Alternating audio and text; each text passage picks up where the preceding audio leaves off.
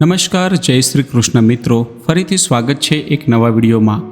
જે લોકોના ઘરમાં ઝઘડા થતા રહે છે અને ઘરમાં કંકાસ રહેતો હોય તે લોકો આ કહાનીને જરૂરથી સાંભળે। જે ઘરમાં પતિ પત્ની વચ્ચે બનતું નથી, હરેક સમયે લડાઈ ઝઘડો થતો રહે છે, તેમના માટે આ કહાની ખૂબ જ સારો બોધ આપનારી છે। જે લોકો ધન અને પદ પ્રતિષ્ઠાના ઘમંડમાં બીજી વ્યક્તિનો અનાદર કરે છે તે લોકો આ કહાનીને જરૂર સાંભળે। આ કહાની પરથી તમને સમજમાં આવશે કે બિચારા ગરીબ માણસને શું સપના જોવાનો પણ અધિકાર નથી? એમ તો ગરીબ માટે સપના જોવા સિવાય બીજું કશું હોતું પણ નથી, પરંતુ ઘણીવાર તેમને સપના પણ નસીબમાં નથી હોતા। આજની કહાની તમને વિચાર કરવા માટે મજબૂર કરી દેશે। મિત્રો, ઘણીવાર જીવનમાં એવી ઘટનાઓ જોવા મળે છે જેને જોઈને લાગે છે કે ભગવાન ખૂબ જ અન્યાય કરી રહ્યા છે। જ્યારે તે દુઃખી લોકોને જ દુઃખ આપે છે ત્યારે લાગે છે કે ભગવાને આ સારું નથી કર્યું, પરંતુ ભગવાનની તો એક અલગ જ લીલા હોય છે। કોના દુઃખમાં કોનું ભલું થઈ રહ્યું છે તે વાત તો ભગવાન જ જાણે છે, તે વાતને આપણે સમજી શકતા નથી। આજની આ હૃદયદ્રાવક કહાની તમને વિચાર કરવા માટે મજબૂર કરી દેશે। મિત્રો, કહાની શરૂ કરતાં પહેલાં તમને વિનંતી છે કે આ વિડીયોના અંત સુધી જોડાયેલા રહેજો અને વિડીયો પસંદ આવે તો લાઇક શેર કરજો, અને હજુ સુધી જો તમે અમારી ચેનલને સબસ્ક્રાઇબ ના કરી હોય તો અત્યારે જ સબસ્ક્રાઇબ કરી દેજો, તથા કોમેન્ટ બોક્સમાં હર હર મહાદેવ જરૂરથી લખી દેજો, જેથી ભગવાન ભોલેનાથની કૃપા આપણા સૌ પર નિરંતર બની રહે। તો ચાલો કહાની શરૂ કરીએ। મિત્રો, આજની કહાની એક ગરીબ પતિ પત્નીની છે, જે ગરીબ તો હતા પરંતુ ગરીબીમાં પણ તેઓ ખુશ રહેતા હતા। એમ તો ગૃહસ્થ વ્યક્તિ માટે ગરીબી એક શ્રાપ છે। ગરીબ લોકોના જીવનમાં ધન ખૂબ જ મહત્વપૂર્ણ વસ્તુ છે। ઘણા સમય પહેલાંની વાત છે। પહેલાંના જમાનામાં મોટાભાગના ગરીબ પરિવારના લોકો ઝૂંપડીઓમાં અને માટીના કાચા મકાનમાં રહેતા હતા। એવો જ એક ગરીબ પરિવાર હતો જે પોતાના ગામમાં એક માટીના કાચા મકાનમાં ખૂબ જ આનંદથી રહેતો હતો। પતિનું નામ હતું રામલાલ, પરંતુ ગામના લોકો તેને રામુ કહીને બોલાવતા હતા। તેની પત્નીનું નામ હતું કમલા। તે બંને ગરીબ હોવા છતાં પણ ખુશ રહેતા હતા।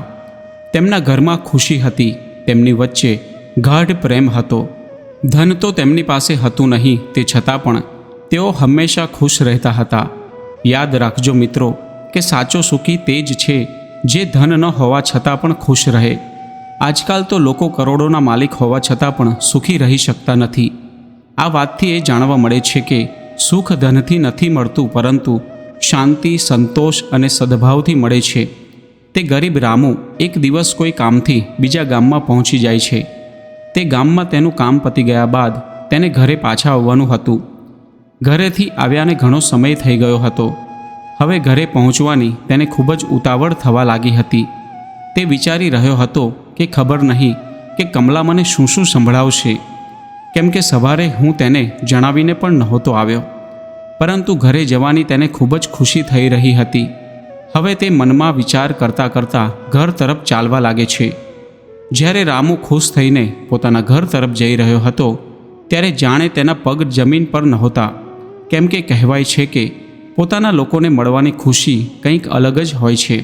તે તો ફક્ત જલ્દી જલ્દી ઘરે પહોંચવા માંગતો હતો, પરંતુ આજે ઘરનો રસ્તો તેને ખૂબ જ દૂર લાગી રહ્યો હતો।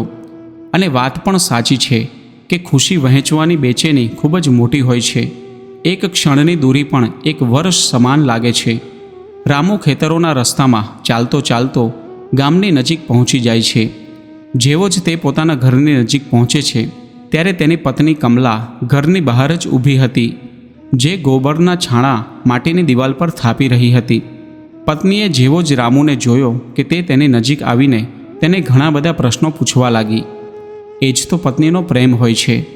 તે કહેવા લાગી કે તમે સવારના ક્યાં ગયા હતા?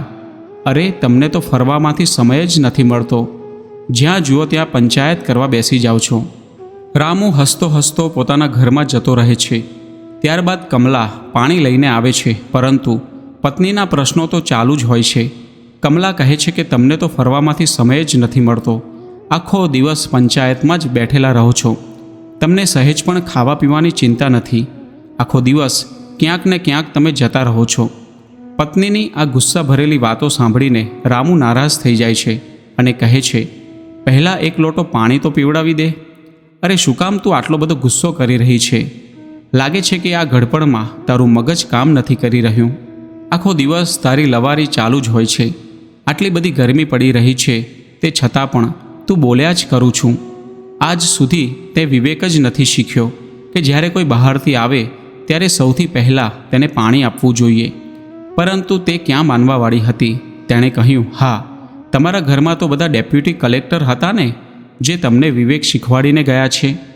તમારી નજરમાં તો જાણે હું મૂરખ છું.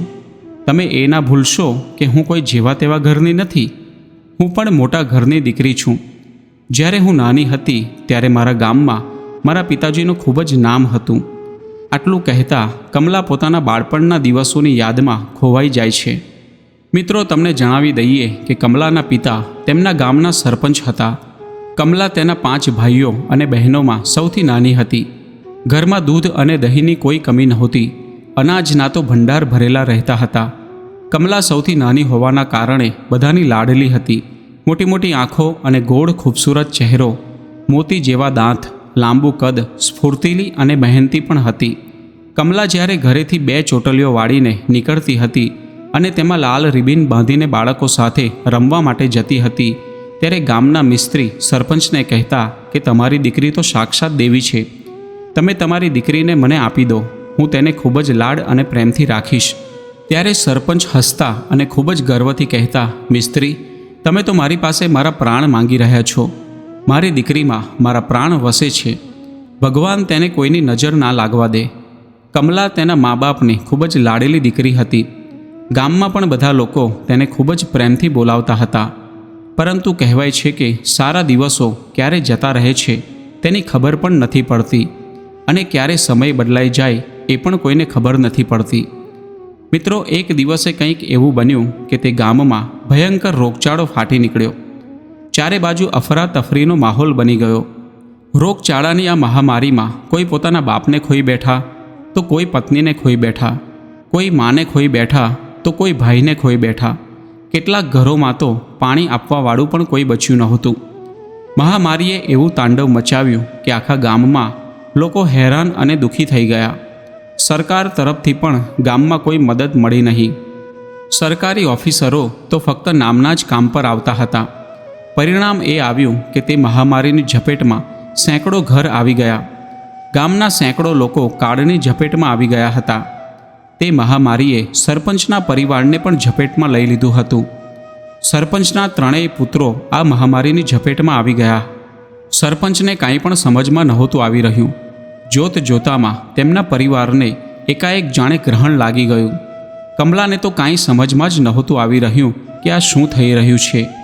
એક એક કરીને તેના 3 ભાઈ બીમારીના કારણે મૃત્યુ પામ્યા. 3 યુવાન દીકરાઓના મોતના કારણે સરપંચ ખૂબ જ દુઃખી થઈ ગયા હતા. હંમેશા આનંદમાં રહેનારા અને ખાટલામાં બેસીને હસી મજાક કરનાર એ સરપંચ હવે કમજોર અને બીમાર થઈ ગયા હતા તથા ઉદાસ રહેવા લાગ્યા હતા. 3 દીકરાઓના મૃત્યુનું દુઃખ સરપંચ સહન કરી શક્યા નહીં અને આ દુઃખના કારણે તેઓ દારૂ પીવા લાગ્યા. હવે સરપંચ આખો દિવસ દારૂના નશામાં જ રહેતા હતા. દારૂની લતના કારણે સરપંચ પાસે જે જમીન, સાધન અને ગાય ભેંસ હતા તે બધા વેચી દેવા પડ્યા. હવે તો ખાવાના પણ ફાંફા પડી રહ્યા હતા. આવી પરિસ્થિતિમાં એક દિવસે સરપંચને લોહીની ઉલટી થાય છે અને તે પણ આ દુનિયાને છોડીને ચાલ્યા જાય છે. મિત્રો, હવે કમલા પોતાની મોટી બહેન અને તેની માની સાથે તે ઘરમાં એકલી રહેવા લાગે છે. જે ઘરમાં ક્યારેક દૂધ અને દહીંની નદીઓ વહેતી હતી તે ઘરમાં આજે ખાવા માટે પણ ફાંફા પડી રહ્યા હતા. હવે તેમના ઘરમાં કોઈ કમાવાવાળું પણ નહોતું. જેમ તેમ કરીને થોડો સમય પસાર થઈ ગયો. કમલાથી મોટી તેની એક બહેન હતી. બંને બહેનોની લગ્ન માટેની ઉંમર પહેલાં જ થઈ ગઈ હતી. કમલાની માએ તેની મોટી બહેનનો વિવાહ બાજુના જ ગામના એક આધેડ વિધુર વ્યક્તિ સાથે કરી દીધો. તેનો પરિવાર વધારે સુખી સંપન્ન નહોતો, પરંતુ ખાવાના ફાંફા નહોતા પડી રહ્યા. 4-5 વીઘા જમીન હતી અને થોડા ગાય અને વાછરડા પણ હતા. બધું મળીને એક મધ્યમ પરિવાર હતું. પરંતુ અહીં વિધાતાને કંઈક બીજું જ મંજૂર હતું. કમલાની મોટી બહેન ગર્ભવતી હતી. ઘરમાં બધા ખુશ હતા, પરંતુ પ્રસૂતિ દરમિયાન બાળકને ગળામાં નાળ ફસાઈ ગઈ. આવી પરિસ્થિતિમાં બાળક અને તેની મા મૃત્યુ પામે છે. હવે કમલાના ઘરમાં કમલા અને તેની મા સિવાય કોઈ બચ્યું નહીં. કમલા અત્યાર સુધી પોતાના કમનસીબને જ પોતાનું નસીબ માની ચૂકી હતી. જેમ તેમ કરીને તેના દિવસ પસાર થઈ રહ્યા હતા. કમલાની માએ વિચાર્યું કે મારી દીકરીના જો લગ્ન થઈ જાય તો મારી બધી ચિંતાઓ દૂર થઈ જાય. કમલાની માએ ગામના ઘણા લોકો પાસે તેના લગ્ન માટેની ચર્ચા કરી. ત્યારે ગામની એક વૃદ્ધ ડોશીમાએ જણાવ્યું કે તેમના પિયરમાં એક દીકરો છે. તેની પાસે એક વીઘું જમીન છે, ગાય છે અને ખેતરમાં શાકભાજી ઉગાડે છે અને તે શાકભાજીને બજારમાં વેચીને પોતાનું ગુજરાન ચલાવે છે. કુલ મળીને તેના ઘરનો ખર્ચો તેમાંથી આરામથી નીકળી જાય છે. આનાથી સારો સંબંધ કમલા માટે ક્યાંય નહીં મળે. મિત્રો, તે દીકરાનું નામ હતું રામલાલ, જેને ગામના લોકો રામુ કહીને બોલાવતા હતા. રામુની મા નહોતી, ફક્ત તેના પિતા હતા. તે દીકરો ખૂબ જ ખાનદાન અને મહેનતી હતો. મિત્રો, કોઈએ સાચે જ કહ્યું છે કે ગરીબી સપના જોવાનો હક પણ છીનવી લે છે. કમલા કોઈ રાજકુમારના સપના નહોતી જોઈ રહી. તેણે પોતાની કમનસીબી સાથે સમાધાન કરી લીધું હતું. હવે તો દુઃખ, તકલીફ આ બધું રોજના કામની જેમ તેમના જીવનમાં વણાઈ ગયું હતું. દરરોજ તેમનો સામનો કરવો પડતો હતો. હવે થોડા સમયમાં જ કમલાના લગ્ન રામુની સાથે થઈ ગયા. હવે કમલા આનંદથી પોતાના પતિની સાથે રહેતી હતી. ખુશ રહેવા લાયક પરિસ્થિતિ તો નહોતી, પરંતુ તે છતાં પણ તે ખુશ રહેતી હતી. ધીમે ધીમે આ રીતે સમય પસાર થતો ગયો. કમલાને ભગવાનની કૃપાથી એક પુત્રની પ્રાપ્તિ થઈ. ખૂબ જ પ્રેમથી કમલાએ તેનું નામ ગોપાલ રાખ્યું હતું. ગોપાલના જન્મના 1 વર્ષ બાદ કમલાના સસરા પણ આ દુનિયા છોડીને ચાલ્યા ગયા. કહેવાય છે કે સમય પોતાની ગતિથી ચાલતો જ રહે છે. કમલાનો દીકરો પણ હવે સમયની સાથે યુવાન થઈ ગયો હતો. બાપ અને દીકરો બંને ખેતરમાં શાકભાજી ઉગાડતા હતા અને બજારમાં વેચવા જતા હતા. તેમાંથી જ તેમનું જીવન આરામથી ચાલી રહ્યું હતું. થોડા સમય બાદ કમલાએ પોતાના દીકરા ગોપાલનો વિવાહ પણ કરી દીધો. ઘરમાં વહુ આવી ગઈ. કમલા હવે સાસુ બની ગઈ હતી. મિત્રો, કમલાએ તેની વહુને પોતાની સગી દીકરીની જેમ પ્રેમ આપ્યો હતો. તે ક્યારેય પણ તેને કોઈ કામ કરવા નહોતી દેતી. જ્યારે તેની વહુ કોઈ કામ કરવા જતી ત્યારે કમલા દોડીને આવી જતી અને તેને કામ કરવાથી રોકતી અને તેને કહેતી કે તારાથી આ નહીં થાય. આજકાલની છોકરીઓના શરીરમાં તાકાત જ ક્યાં હોય છે. અમે અમારા સમયમાં બધા જ પ્રકારના કામ કરી લેતા હતા. અમારે કોઈની પણ કામમાં જરૂર નહોતી પડતી.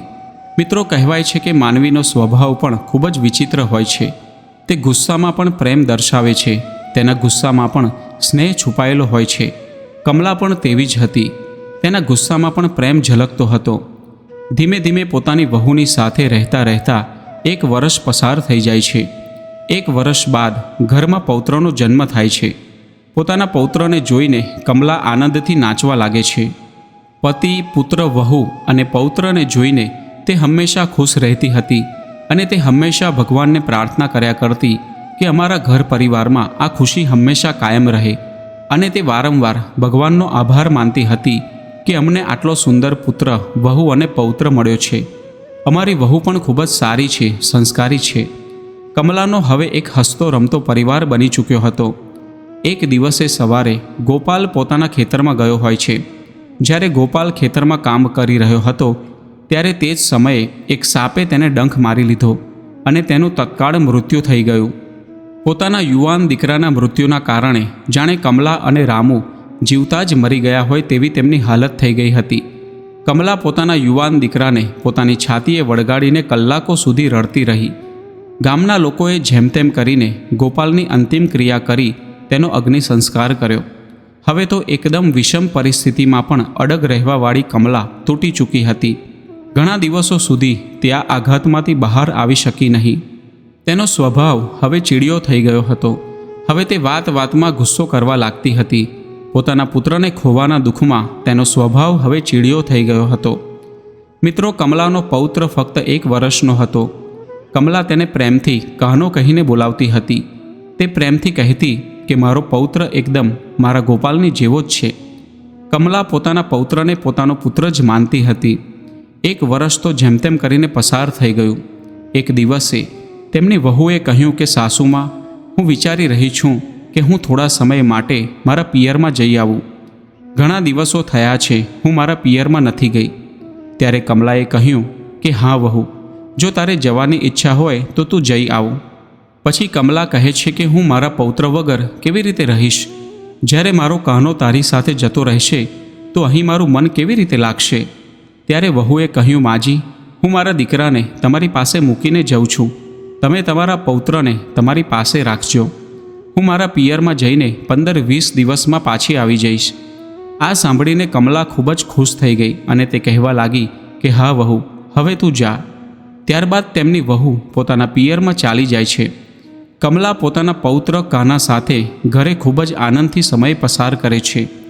આ બાજુ બન્યું એવું કે વહુને પોતાના પિયરમાં ગયે લગભગ 1 થી 1.5 મહિનાનો સમય થઈ ગયો હતો.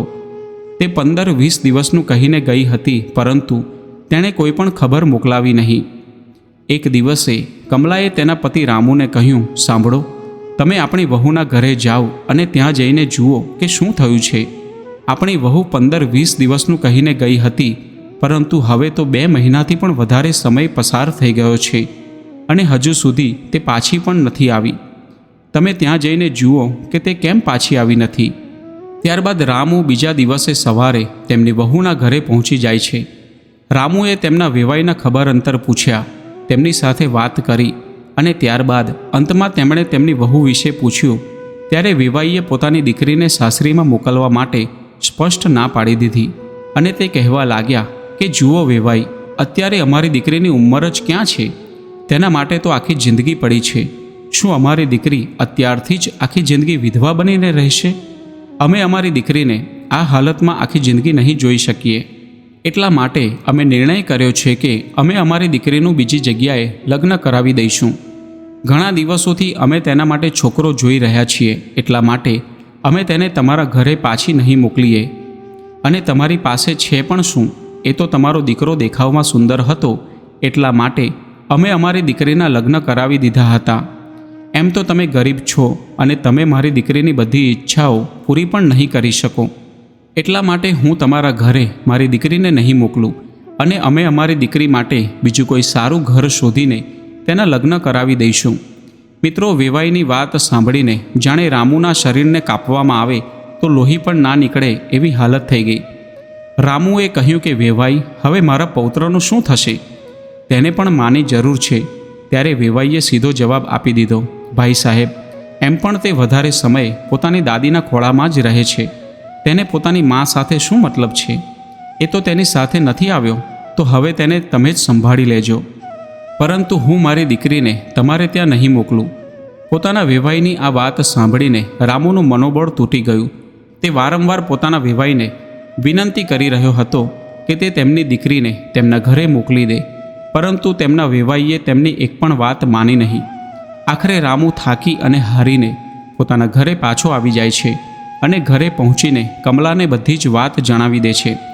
આ સાંભળીને કમલાને પણ ખૂબ જ દુઃખ થાય છે. કમલાએ પણ પોતાના મનમાં નક્કી કરી લીધું હતું કે ભલે તેની મા ન આવે, પણ હું મારા પૌત્રને મારા દીકરાની જેમ મોટો કરીશ, તેનું પાલન પોષણ કરીશ, તેને ક્યારેય કોઈ પણ વસ્તુની કમી નહીં આવવા દઉં. આવો વિચાર કર્યા બાદ કમલા તેના પૌત્ર કાનાને પોતાના દીકરાની જેમ ઉછેરવા લાગી. તે ખેતરમાં ઘાસ કાપવા માટે જતી ત્યારે તે પોતાના પૌત્રને સાથે લઈ જતી અને તેમનો પૌત્ર બાજુમાં બેસીને રમતો. જ્યારે રસોડામાં તે રોટલી બનાવતી ત્યારે તે પોતાના પૌત્રને બાંધેલા લોટમાંથી નાના નાના રમકડાં બનાવીને આપતી. તે પોતાના પૌત્રને પોતાના હાથથી જમાડતી હતી અને તેને ખૂબ જ પ્રેમ આપતી હતી. તે હંમેશા પોતાના પૌત્રને કપાળમાં કાળું ટપકું કરતી કે જેથી તેને કોઈની નજર ન લાગે. બીજી બાજુ તેનો પૌત્ર જ્યારે કમલાને મા મા કહીને બોલાવતો હતો ત્યારે કમલાની આંખો ખુશીના આંસુથી ભરાઈ જતી. આવી રીતે કમલા હાથમાં પાણીનો લોટો લઈને પોતાના જીવનની ભૂતકાળની યાદોમાં ખોવાઈ ગઈ હતી. અને ત્યારે રામુએ તેને હાથ પકડીને હલાવીને કહ્યું, અરે, તું ઊભી ઊભી શું વિચારી રહી છું? હું ક્યારનોય કહી રહ્યો છું કે મને એક લોટો પાણી આપી દે, અને તું છે કે સાંભળતી જ નથી. મિત્રો, કમલા એકદમ પોતાના વર્તમાન સમયમાં પાછી આવી જાય છે. તેને એવું લાગ્યું કે જાણે તે હમણાં જ સૂઈને ઉઠી હોય. કમલાએ કહ્યું, કાંઈ નહીં, હું હમણાં જ પાણી લઈને આવું છું. અને તેણે પાણી લાવીને પોતાના પતિને આપ્યું. મિત્રો, તે જ દિવસે બાજુના એક જમીનદારના ઘરેથી રામુને બોલાવવાનો સંદેશો આવ્યો. રામુના ગામની પાસે તેમની 60 વીઘા જમીન હતી. તેમણે એ સંદેશો મોકલાવ્યો હતો કે આ 60 વીઘા જમીન હું તને ભાગે વાવવા માટે આપી રહ્યો છું. તું તેમાં ખેતી કરજે અને ચોથો ભાગ તું રાખજે અને બાકીનું અનાજ અમારું રહેશે. બીજ લાવવાના, વાવણી કરવાના અને ખાતરના પૈસા આ વખતે તો અમે આપી દઈશું, પરંતુ ફરીથી તું તારી રીતે સમજી લેજે, કેમ કે તારી પાસે અત્યારે તો પૈસા નથી. તું ક્યાંથી લાવીશ? તો તારી સવલત માટે એકવાર અમે પૈસા આપી દઈએ છીએ. આ સાંભળીને કમલાની આંખો આશ્ચર્યથી ફેલાઈ ગઈ અને તે કહેવા લાગી કે આ તમે શું કહો છો? 60 વીઘા જમીન? અને આટલામાં તો અમારું ઘર ભરાઈ જશે. અમારા ઘરમાં અનાજ રાખવાની જગ્યા પણ નહીં વધે. મિત્રો, હવે તે પતિ પત્ની બંનેના હૃદયમાં ખુશીનું ઠેકાણું રહ્યું નહીં. તેણે કહ્યું કે જમીનદાર સાહેબ ખૂબ જ દિલવાળા છે. અત્યાર સુધી તો સાંભળ્યું હતું, પણ આજે જોઈ પણ લીધું. જમીનદાર સાહેબ ખૂબ જ સારા માણસ છે. મેં સાંભળ્યું છે કે આપણા ગામના એક વ્યક્તિ ગોવર્ધનની દીકરીના લગ્નમાં તેમણે દિલ ખોલીને પૈસા વાપર્યા હતા. ગોવર્ધનની દીકરીની જ્યારે લગ્નની વાત આવી ત્યારે તેમની પાસે લગ્ન માટે ખર્ચ કરવા પૈસા નહોતા. તે હાથ ફેલાવીને જમીનદાર સાહેબ પાસે ગયા હતા અને તે કહેવા લાગ્યા કે જમીનદાર સાહેબ, હવે અમારી ઇજ્જત તમારા હાથમાં છે. મારી દીકરીના લગ્ન નક્કી કરી દીધા છે, પરંતુ અમારી પાસે ફૂટી કોડી પણ નથી. આ સાંભળીને જમીનદાર સાહેબે ખૂબ જ આવેશમાં આવીને કહ્યું હતું કે તે ફક્ત તમારી દીકરી નથી, આખા ગામની ઇજ્જત છે. જાઓ, તમે ગામમાં ઢંઢેરો પીટાવી દો કે ગામમાં આવા લગ્ન ક્યારેય કોઈએ નહીં જોયા હોય જેવા તમારી દીકરીના લગ્ન થશે. ત્યારબાદ કમલા પોતાના પતિને કહેવા લાગી કે મેં સાંભળ્યું છે કે ગોવર્ધનની દીકરીના લગ્નમાં જમીનદાર સાહેબે બધો જ ખર્ચો ઉઠાવી લીધો હતો. જાનમાં આવેલા એક વ્યક્તિને 2 આના અને ફળોની ટોકરી તેમણે આપી હતી. ત્યારે રામુ કહેવા લાગ્યો, તું સાચું કહી રહી છે. એટલે જ તો દેવી લક્ષ્મી જમીનદાર સાહેબની તિજોરીમાં હંમેશના માટે રહે છે. મિત્રો, આ રીતે રામુ જમીનદાર સાહેબના ખેતરમાં ખેતી કરવા માટે ખૂબ જ ઉત્સુક હતો. ખેતરોને ખેડી દેવામાં આવ્યા હતા અને અષાઢ મહિનો આવી ગયો હતો. રામુને વરસાદનો ઇંતજાર હતો. રામુ પોતાની પત્નીને કહે છે કે જો ઇન્દ્રદેવ એકવાર પોતાનો પ્રકોપ દેખાડી દે તો ખેતરો પાણીથી ભરાઈ જાય અને પછી અનાજ સારી રીતે રોપી દેવામાં આવે. આ બાજુ કમલા હિસાબ કરવા લાગે છે કે આ વખતે જમીનદાર સાહેબની જમીનમાં જો પાક સારો થઈ ગયો તો આપણને કેટલા મણ અનાજ મળશે અને કેટલા મણ અનાજ જતું રહેશે. આમ તે હિસાબ કરવા લાગી. મિત્રો, એક દિવસે કમલાનો પૌત્ર કાનો જીદ કરવા લાગ્યો અને કહેવા લાગ્યો કે માં, મને પૂરી અને શાક ખાવાનું મન કરી રહ્યું છે. આજે તમે પૂરી શાક બનાવો ને. હું ક્યારનોય કહી રહ્યો છું, પરંતુ તમે બનાવતા જ નથી. મિત્રો, કમલાનો પૌત્ર 5 વર્ષનો થઈ ગયો હતો. પોતાના પૌત્રની વાત સાંભળીને કમલા રામુને કહેવા લાગી, સાંભળો, તમે એક કામ કરો. આજે આપણો કાનો પૂરી અને શાક ખાવાની જીદ કરી રહ્યો છે. હવે તો જમીનદાર સાહેબની કૃપા અને ભગવાનના આશીર્વાદથી આપણા ઘરમાં અનાજની કમી નથી. જે અનાજ પડ્યું છે તેમાંથી થોડું અનાજ લઈ જાઓ અને કરિયાણાની દુકાનમાં જઈને થોડો સામાન લઈ આવો. આવતીકાલે હું મારા પૌત્રને પૂરી અને શાક બનાવીને જમાડીશ. અને હા, થોડું દૂધ પણ લેતા આવજો અને સાથે હું ખીર પણ બનાવી દઈશ. ત્યારબાદ રામુ સાંજ પડતા બજારમાં જાય છે અને અનાજ વેચીને બધો સામાન લઈ આવે છે. બીજા દિવસે સવારથી જ કમલા પૂરી શાક અને ખીર બનાવવાની તૈયારીમાં લાગી ગઈ. મારી માં પૂરી શાક અને ખીર બનાવી રહી છે એ જાણી પૌત્રને જાણે પાંખો ફૂટી ગઈ હોય તેમ તે ખુશીને કારણે ઉછળવા લાગ્યો. તે હર એક સમયે પોતાની માની આગળ પાછળ ફરવા લાગ્યો અને જોવા લાગ્યો કે માં પૂરી કેવી રીતે બનાવે છે. પૂરી ગોળ ગોળ કેટલી સુંદર હોય છે. મિત્રો, આપણું બાળપણ એ આપણા મોહ અને પગ પર જ ટકેલું હોય છે. સારું સારું ખાવાનું અને આખો દિવસ રમવાનું એ બાળપણના દિવસોની ક્રિયા હોય છે. આ બાજુ કમલા પોતાના પૌત્ર માટે ખીર પૂરી તૈયાર કરી રહી હતી. ઘરની બહાર આકાશમાં વાદળો ઘેરાઈ ગયા હતા. થોડીવાર પછી રામુએ આકાશમાં વીજળીની ગર્જના સાંભળી. આનંદમાં આવીને રામુ કમલાને કહેવા લાગ્યો કે કમલા, આજે તો ઇન્દ્રદેવ પણ તારા હાથની બનાવેલી પૂરી શાક અને ખીર જમવા માટેની રાહ જોઈ રહ્યા છે. લાગે છે કે વરસાદ પડવાની તૈયારી છે. તું આપણા પૌત્ર માટે ખીર અને પૂરી બનાવી દે. હું ત્યાં સુધી ખેતરમાં જઈને આવું છું. ત્યારે કમલા હસીને કહેવા લાગી કે જાઓ, તમે ખેતરમાં જઈને આવો અને તમે જલ્દી આવી જજો. આજે 5 વર્ષ પછી આપણા ઘરમાં ખુશીનો અવસર આવ્યો છે. ત્યારે રામુ કહે છે, હા, હું જલ્દી જ આવી જઈશ, તું ચિંતા ના કરીશ. આવું કહેતા રામુ ખેતર તરફ ચાલવા માંડે છે અને જેવો જ રામુ ખેતરની નજીક પહોંચ્યો ત્યાં સુધી તો મુશળધાર વરસાદ શરૂ થઈ ગયો હતો. રામુ એક ઝાડ નીચે જઈને ઊભો રહી ગયો અને મંદ મન હસતા ખેતરોને પાણીથી ભરાતા જોઈ રહ્યો હતો. વરસાદનું આવવું આજે તેના સુખના દિવસોના આવવા જેવું લાગી રહ્યું હતું. જોત જોતામાં 1 કલાક પસાર થઈ ગયો. મુશળધાર વરસાદ પડી જ રહ્યો હતો. એવું લાગી રહ્યું હતું કે ઇન્દ્રદેવ આજે બધું વહાવીને લઈ જશે. બધા ખેતર પાણીથી છલકાઈ ગયા હતા, પરંતુ વરસાદ બંધ થવાનું નામ નહોતો લઈ રહ્યો. તે વૃક્ષને નીચે ઊભેલો રામુ વિચારોમાં મગ્ન થઈ ગયો હતો અને અચાનક તેને અવાજ સંભળાય છે. તે જોઈ રહ્યો હોય છે કે ગામના કેટલાક છોકરાઓ કાકા કાકાની બૂમો પાડતા તેની તરફ આવી રહ્યા હોય છે. આ જોઈને રામુને કોઈ અનિચ્છનીય ઘટના બનવાની આશંકા થઈ. હાંફતા હાંફતા તે છોકરાઓ રામુ પાસે આવીને કહેવા લાગ્યા, કાકા, તમે ઘરે જલ્દી ચાલો. તે છોકરાઓ આગળ કાંઈ પણ કહી શક્યા નહીં. આટલું કહીને તે છોકરાઓ થંભી ગયા. રામુ તરત જ પોતાના ઘર તરફ દોડવા લાગ્યો, પરંતુ તેનાથી દોડી શકાયું નહીં, કેમ કે તે વૃદ્ધ થઈ ગયો હતો. તેના પગમાં હવે તાકાત પણ નહોતી રહી. તે છતાં પણ આજે તે પાગલની જેમ પોતાના ઘર તરફ દોડી રહ્યો હતો. તેનું હૃદય જોરથી ધડકી રહ્યું હતું. દોડતા દોડતા તેના પગમાં કાંટા પણ વાગે છે અને ક્યાંક લપસીને તે નીચે પણ પડી જાય છે, પરંતુ તેને હોશ નહોતો. તેને ફક્ત કોઈપણ રીતે પોતાના ઘરે પહોંચવું હતું. આ રીતે જ્યારે રામુ ઘરે પહોંચી ગયો ત્યારે ત્યાં તેણે જોયું કે બધા ચીસો પાડી રહ્યા હતા. ગામના યુવાન અને ઉંમરવાળા લોકો હાથમાં પાવડો લઈને માટી કાઢી રહ્યા હતા. વરસાદ હજુ પણ વરસી રહ્યો હતો. રામુને એ સમજતા વાર ન લાગી કે તેના ઘરની દિવાલ પડી ગઈ છે. તે પોતાનો હોશ ખોઈ બેઠો હતો. તે પોતાના હાથોથી માટી હટાવવા લાગ્યો. આખરે ગામના લોકોએ જેમ તેમ કરીને માટી હટાવી ત્યારે તેમને એક હૃદયદ્રાવક દ્રશ્ય દેખાયું. એવું દ્રશ્ય કે જેને જોવામાં દેવતાઓ પણ શરમાઈ જાય, જેને જોઈને પથ્થર પણ આંસુ વહાવા લાગે.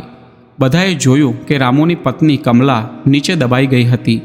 તેનો ચહેરો તેના પૌત્ર તરફ હતો. જાણે પોતાના કાળજાના ટુકડાને નિહાળતા નિહાળતા તેણે પોતાનો દમ તોડી દીધો હોય. પૌત્ર એક બાજુ પડ્યો હતો. પૂરીઓની થાળી ત્યાં એક બાજુ રાખેલી હતી. પૂરીનો એક ટુકડો કમલાના હાથમાં હતો. તે કમનસીબ પોતાના પૌત્રને પોતાના હાથથી એક કોળિયો પણ ખવડાવી શકી નહીં. વીજળી ચમકી રહી હતી અને વાદળોમાં ગર્જના થઈ રહી હતી. મુશળધાર વરસાદના કારણે રામુના ખેતરો પાણીથી ભરાઈ ગયા હતા, પરંતુ રામુની આંખો જાણે તપી ગયેલા રણની જેમ સુકાઈ ગઈ હતી. ઇન્દ્રદેવના કોપમાં એટલું જોર નહોતું કે રામુની આંખોમાંથી પાણીનું એક ટીપું પણ વરસાવી શકે. એવું લાગી રહ્યું હતું કે જાણે રામુ પથ્થર બની ગયો ના હોય. ના આંખોમાં આંસુ અને ના ગુસ્સો. તે ફક્ત પોતાની કમનસીબીને પોતાની આંખોથી જોઈ રહ્યો હતો. તે વિચારી રહ્યો હતો અને અંદરને અંદર કહી રહ્યો હતો કે પોતાના સ્વજનોના ચાલ્યા જવાના દુઃખ કરતાં વધારે દુઃખ પોતે એકલા રહેવાનું હોય છે. રામુ પર સમયનો માર એવો પડ્યો કે તેનો હસતો રમતો પરિવાર ઉજળી ગયો.